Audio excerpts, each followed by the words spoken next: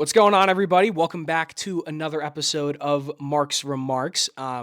We are continuing my French Connection project featuring interviews with the French athletes that make up the Rhode Island women's basketball team. We are very close to rounding this out. This is going to be the second to last interview of this project. I had the privilege of speaking with a number of great players, both young and old, that have featured for the University of Rhode Island this past season. And for this episode, and to sort of wrap up this series, I'm joined by one of the younger faces, one of the newer faces for the Rhode Island women's basketball program. I'm joined by freshman forward Mary-Kate Tshibuabua. Mary-Kate, how are you? How I'm good, and you?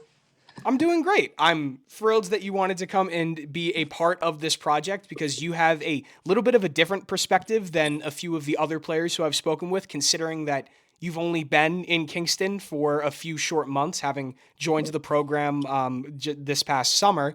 And just to sort of jump right into things, I'm curious, how did you start your basketball career? Because everyone that I've spoken to seems to have fallen in love with the game through many different avenues in different ways, and a lot of different people have sort of pushed them to try it out and see if they enjoy it. So, how did it all begin for you? Um, really, at the beginning, I wasn't like someone who loved sports, all that stuff. Really, I wasn't not into that. And I remember I'm living in a small town, so I was kinda. My mom was just telling me, just try a sport. And in my small town, there is only basketball, like football. Like in Europe, football is soccer for you. And I was like, maybe I want to try handball, and there is no handball in my town. So I was like, okay, I'm gonna go home. And my mom was telling me, just try at least basketball. It's maybe kind of the same. And so at first, I was just trying with one of my friend, and it's just like you into it, you're taking pleasure, and I just like start to fall in love because I was just like, oh, this is fun, and I start to reaching my goals step by step. So you know. Was your mom really into sports? Like, did she play basketball, or was she just a big sports sort of figure? I just have like a sport family. My mom, before she was like a track. My dad was like a soccer coach, and my two big brother are playing soccer too. So it was kinda I was the only one to do like kinda nothing. But so yeah, they just pushed me to try something. What age did you first try it out? Were you super young, or did you start like in your early teens? Yeah, I think I was around 10. Yeah. Interesting. Because it seems that from what conversation I had with Hawa last night, she was talking a lot about how you're seeing people start playing basketball in France at younger and younger ages now because it's now being seen as more of like an option or an outlet, and it's becoming a lot more popular than it was Yeah. a few years ago. When you started out, did you notice that a lot of people that you were playing with maybe were a little bit further ahead in their development than you were, that they did actually start a lot earlier? Um, at this age, really, when you are young like that, you don't really notice like, oh, this girl can do better pass than me or stuff like that. But I was just say, like, you're a kid, so you may be, oh, this person is taller than me, is faster than me. But at this point in France, it wasn't really like the basketball was the main option. Like everybody was doing soccer. And so then, as you started to play basketball more and you started to really enjoy it and started to excel at it, at what point did you have the idea that this could be something you really wanted to pursue at like a higher level, whether it was at a higher level in an academy or actually going to play college basketball in America? Um, like I don't know really like how the system in the US, but us in France is kinda like there is all the state in France, and the better young player in every state, they're gonna form a team of 10 or 12 players, and they're gonna train the whole week together, and the weekend they're gonna play with their team like the regular team they have. So I went at first, I was like, oh, this thing's just gonna be chill, and I went into this and I was ahead because I'm a 2004. And the coaches they bring me and they're like, you're gonna be with the older people. So I come with the 2003, and I was like, okay, this starts to getting serious. And when you're into it and you put the work, you're just like, let's go. Yeah. Were you always tall for your age? Because you're one of the taller players on the team now at over 6 feet tall, and I can imagine that getting into the game a little bit later and a little bit older rather, if you were tall, that probably gave you some sort of advantage over some of your peers. Yeah, no, that's true. I will not lie, that's true because when you're a girl, like we start to grow really early, so it was kinda I was the taller of every team I was all the time. So yeah. And so then after you started doing playing with a lot of these players from other parts of France and you started to continue to grow and develop as a player and like you said clearly there was a bit of an advantage there having some height as you were able to get some success. At what point did you then realize okay, now I want to start looking into real serious level basketball, and when did those conversations with your family start about possibly wanting to come play in America? Um, Really, I would say like so. At first, when the coaches start to come take you like for playing with the better player in your state, after it's like not even just the state. It's like they bring all the player in the whole France for play together. So it's kind of who's gonna be the better. And I was like, it's kind of a part of ego when you're like, I don't want someone to be better than me. So you're gonna work for this, and one of my coaches, really, I'm really close from this man right now, and he was really coming in my house one day and talked a long time with my parents and was like, "Yeah, I really think like if you really want to do it, just do it 100%. I'm gonna be with you. I'm gonna work with you." So this man come with me, work with me, and I was really like, "Oh, I really want to reach that." For me, it wasn't even like a dream right now. It was I want to reach that. When I'm gonna be like like older, or maybe we want to play in the US or maybe just be pro in France. But at the beginning, I was just like, all the people before, like, because people didn't start young, that wasn't an option to play basketball. It was just like, oh, I'm gonna do basketball. So it was popular, famous, but not that much. So it was people's gonna have their own path.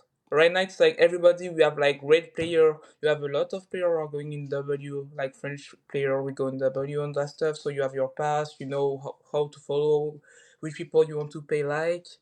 And it was really like at that point, oh, maybe I'm gonna start talking with my family. So I wasn't living either at home right now.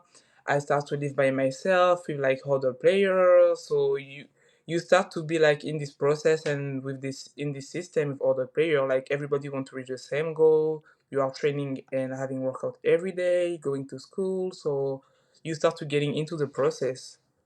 And how was it like maintaining that balance between trying to really put a focus on excelling at basketball while then also making sure that you're in relatively good standing at school? Because that's one of the interesting things about how sports work in Europe is that you don't have that together like you do in American Yeah. schools where you can do that sort of at the same time. It takes a very delicate balance to make sure you're excelling at both while you're trying to commit to a sport like this. No, yeah, that's true. Like here, there is all the system around sport. Really, at first in middle school, I know my coaches was coming, taking me at the end of class and bring me directly to practice because my parents were working and all that stuff. So it was kind of like the hell because you don't have all this time. So I would say at the beginning it was like that, but when you are living with other players, we are all in the same dorm, like you have right now this system in France. Like you go in class the morning, you have practice, you go eat, you go in class, you have practice, and usually close to like 7, 8 p.m. you have study hall and it's mandatory. So it was kinda like this process where they put all the athletes, all the player. I think it's like really helpful because when you finish class and practice, you just want to sleep. You're just tired. You don't want to do your homework. Everybody knows. So I feel it was really like this help we have here in the US. They bring this culture in France, so it was really helpful. And also like my family, my parents, it's really I was lucky. I'm really like easy in school. Like so I feel it was just also putting together for me. It wasn't some people they're gonna say, oh, I had less time with the sport. Me, I was just like I'm just gonna be ahead, maybe not late, having like be on time, but I was never rushing. I think I was finding the good balance, and my brother or I can ask like some help for that too. So yeah. Well, it's clear that you found that balance to allow you to then be able to come play at URI because it showed through a lot of the character that you and the rest of your teammates exude. Because it seems to be something that Coach Reese and Coach Amadou are very particular on when they go through their Yeah. recruiting. But I'm curious, as one of the younger players on the team, you're one of the more recent recruits, so you've had probably the most exposure to some of the success that this program has had before you ended up joining here. What was your first impression of URI when you, or rather, when did you first hear about this program? Did you hear about it through former players, or did you first learn about it when you were contacted by Coach Amadou? No, I heard about it like before when I was still playing in France. Because, like you say, there is a lot of French girls who came here and after going back in Europe.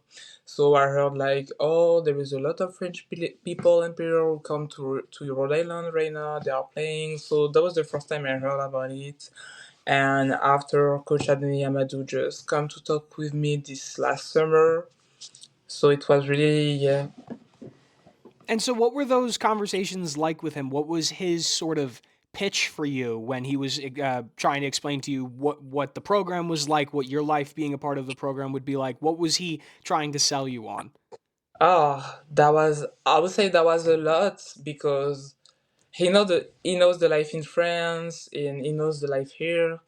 So it was kinda, I think maybe how I told you, like when we finished the high school in France, we don't have the same balance. Like, after like going in college, there is no help really. It's kinda you either going to school or either you play. And so I was feeling, and when we were talking with Coach A, we were really like, oh, I want to finish my bachelor, I want to finish my master too. I want to do both. I also want to still work on my game. I don't want to compromise one of them because I know a lot of people can do it, so why I can't? So he was really talking about the school, and he talked with my parents. He really talked about me about the facilities because also in France, there is a lot of teams who are sharing the gym.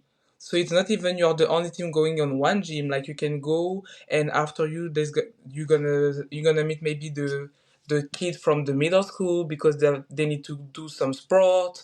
So you're not the only one. So it's also you don't have the time also to save for doing your workout or training, doing one like being just alone with the coaches for working on your strength.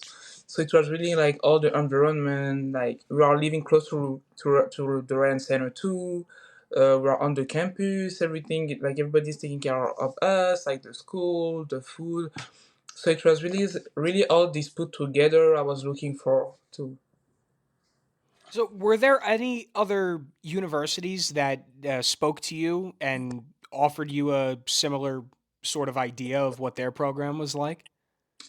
No, Rhode Island was the only university with who I talk really. After it was really had more like because I was playing in France, so it was more in France and in Europe. Interesting, because it seems that it's still a bit of an untapped market, and you don't see as many universities really trying to focus on recruiting over in Europe. And I feel like that's something that's going to continue to change as NIL and as things continue to evolve in college basketball. But I'm curious, after you heard this sort of pitch from Coach Amadou and you had the opportunity to take some time and think about it, what ultimately sold you and made you want to make the decision? Was it stories that you heard from other former players that went back to France to talk about URI? Was it just something in particular that Coach Amadou said, or did you feel that just it was a combination of sort of everything that was like, this seems like this would be the best spot for me? Oh, really? It was. I told you before with my family, I was just kinda looking when I was younger. Oh, I want to play in the US, but when you're really young, you just saying that for saying that. So I Yeah. was like, oh, I maybe gonna want to play in the US one day, but I want to be pro in France or maybe just in Europe. And after he came and he talked to me, and I just looked for all of this. And after I really talked with my mom and my dad, and they were like, you want that since you are young and this is in front of you. So I know you can have other team in Europe, but at least just try it because you never know. So it seems that they were almost more encouraging you to take this opportunity rather than they needed convincing themselves. Because it seems that it's sort of a half and half a little bit, whereas some players who I've spoken to have been where they were sold on it, and if they were sold, their parents were sold on it. Whereas others were they would go back to their families and be like, "Hey, this is an opportunity. I want to take it," and their parents still needed a little bit convincing. But yours, it seems like they were from the get go. They were like, "You know what? No, this is a great opportunity. You have to take it." Yeah. No, that was really like it's an opportunity for everything because that was really what they can say. Like, I'm gonna play basketball. I'm gonna finish like school. Like, what do you want me to do after that? And it was kinda I'm gonna be fluent in English too. It's also not even just for basketball but also for life. Like after basketball, if you want to work, it's kinda someone have a bigger value if you can talk like two languages or three. If you have connection in the US and have connection in the Europe, it was a put together, I think, really. That's a very well-rounded way of thinking about this overall opportunity. You're the first person that has actually brought that up. I'm curious, what do your parents do? Are your parents from France originally? Are they immigrants? What can you tell Yeah. me about them? So my parents are two of them. They are from the Democratic Republic of Congo. And so they came really early in France. They came like close when they are 20, 22, close to that. So it's really like they spend like they are 50 right now. So they spend like 30 years in France. And so me, my brothers and I were really like the first generation in France. So it's really like like they really know they have to work for having everything they want to have in their life. So right now it's kinda they told us what to do. So all the time you're just thinking like, oh, this is hard or this is hard. They just are here and be like, this is just an opportunity. That's fascinating. And I can imagine that a lot of those values that they imparted upon you, I mean, you internalize and keep very close. Because that seems to be the consistent, like, overarching theme that comes with the stories of you guys getting recruited is that the character that you all exude makes you gel so well together, especially with your American counterparts who exude those same sort of qualities. And kind of leading me into next, what I wanted to talk about was your initial sort of weeks and months at URI starting last summer. What was that transition like for you? Did you notice when you first got there that the locker room was made up of other faces and other personalities that were similar to yours? Ah, first when I got here, I was the second player to coming in August. Oh, I don't know.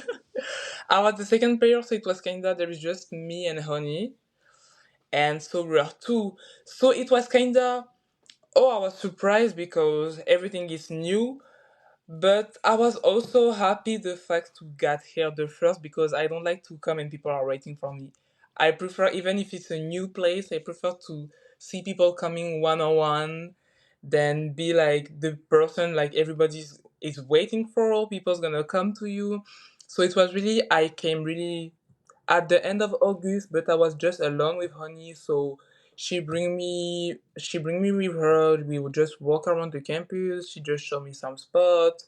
It's not the same vibe when you're just one like with one person. She's showing you around, and when there is 10 people. So it was And really I think like easier for me to just chill, just be like, okay, I'm here. Like they're gonna see everything, like for the jersey, for the shoes, for the classes. Just show me around. Where is the classes? Where is the quad? Just all this stuff. So yeah, I would say that was easy because also I'm not living in my house since I'm 12, 11 years old. I'm just coming back for the weekend or the summers. So I'm used to. It's just a new environment. I would say. how was the adjustment actually getting into the flow of classes? Because the athletics part of it, I can imagine, was an easier transition for you, obviously, barring the little bit of a language barrier that can be on the court. But in terms of actually going to class, what was that like? Because was your English as strong as it is now, or were you kind of just a little bit intimidated with being trying to get into the swing of things in classes in the U.S.? I would say, first of all, the schedule in the US, I feel it's really easy because you don't have that much classes. Like if you go in college in France, depending of which major you choose, but there is some people they go in class 8 a.m. to 8 p.m. in France. Like That's nuts. that's crazy, and they have homework to do at home. So That that's crazy. that sounds like a lot, and being able to balance playing sports with that schedule does not seem like it's very easy. But the thing is, like me, I wasn't doing that because I was playing sports, so I was all the time in like a system or a school with like working with a team or with a middle school. So it was the same system as the US. So I was kind of having 4 hours of classes and 4 hours of practice during one day. So that was easier to manage. But I would say people who want to do like who want to be nurse or being lawyer, it was this type of schedule. So that's why I was also saying that it was easier for me to come in the US. And really going in class the first day, you I wasn't stressed, but it's kinda you by yourself because you are with the team and the girl, but everybody have their major. And even if you have the same major as someone else, you are not like it's not mandatory you're gonna be in the same class as her. So you just by yourself, and it's just like discovery right now. You just go in class and new professor, new classmate, new languages, new new stuff. I think everything is just new, and you just need to go on the floor right now, right away, for not being late after. And so then, in terms of your development, or rather adjustment and then development with basketball, those first couple practices, kind of getting up to speed and getting in the swing of things, what was that like? Because obviously you understand the game of basketball quite well, but I can imagine that there's a little bit of an adjustment period for getting used to playing with new teammates who have a different style, possibly. Yeah.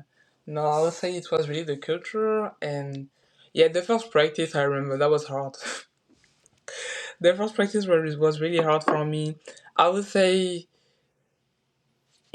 in France we have like two practice per day, but here it's really like we have one big practice, and it's like one big practice, but like 3 hour. You have like 45 minutes or 40 minutes of lift, and directly you go on the course for 2 hour or 2 hour 30.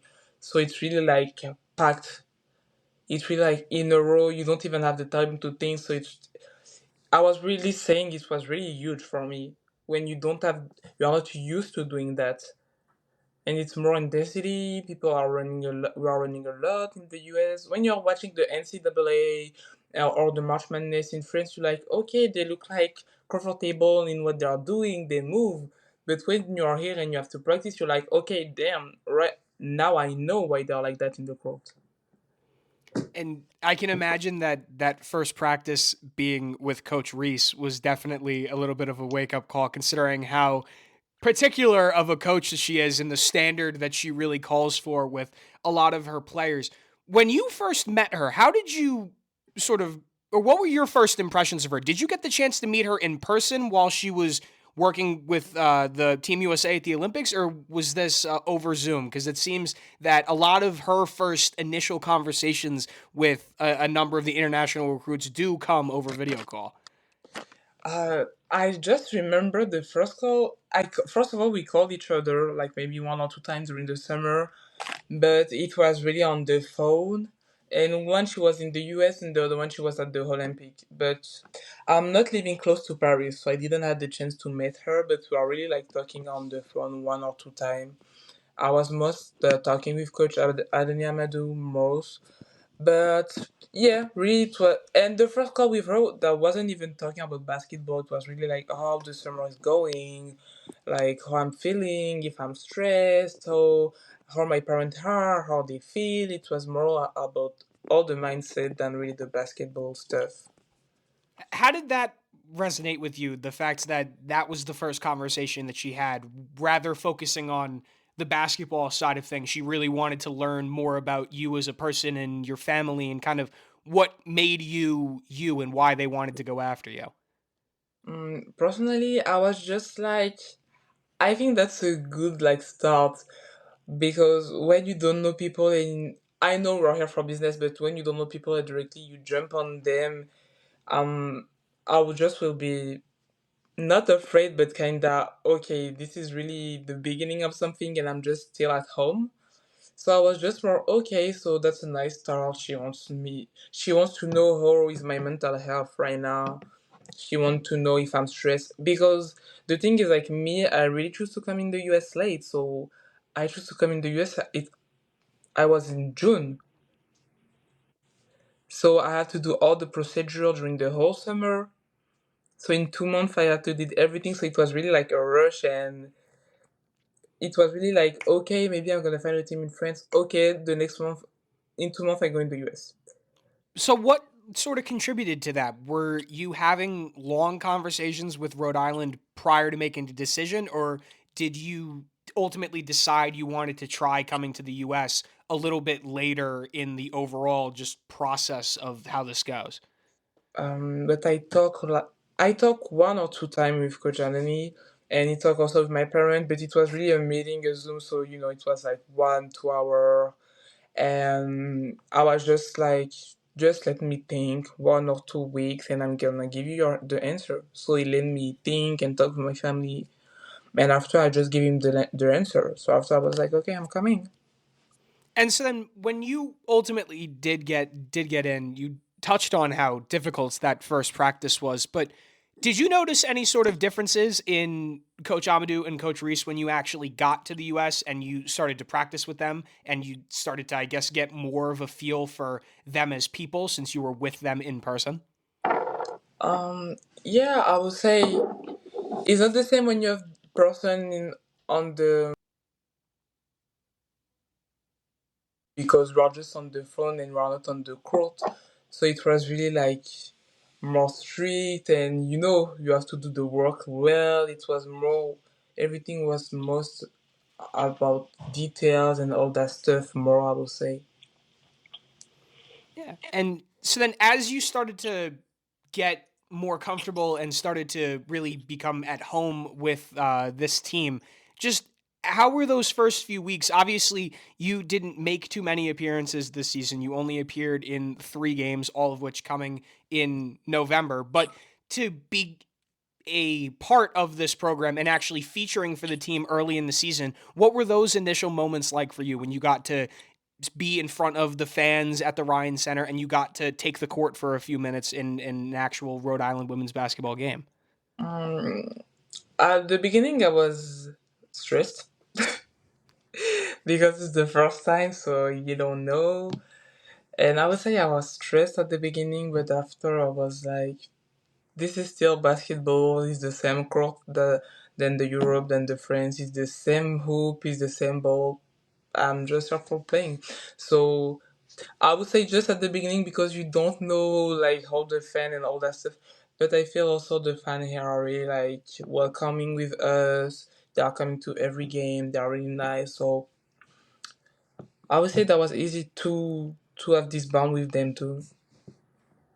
And so you're in a particular situation because usually when I get to this part of the interview, I like to talk about past experiences and how you've developed as a player, being coached by Coach Reese and so on. But in your particular case, we're at the very start of that whole process for you. Yeah. So I'm more or less curious now that this first season has gone by and you have more of an idea of what your role may be over the next few years with this team.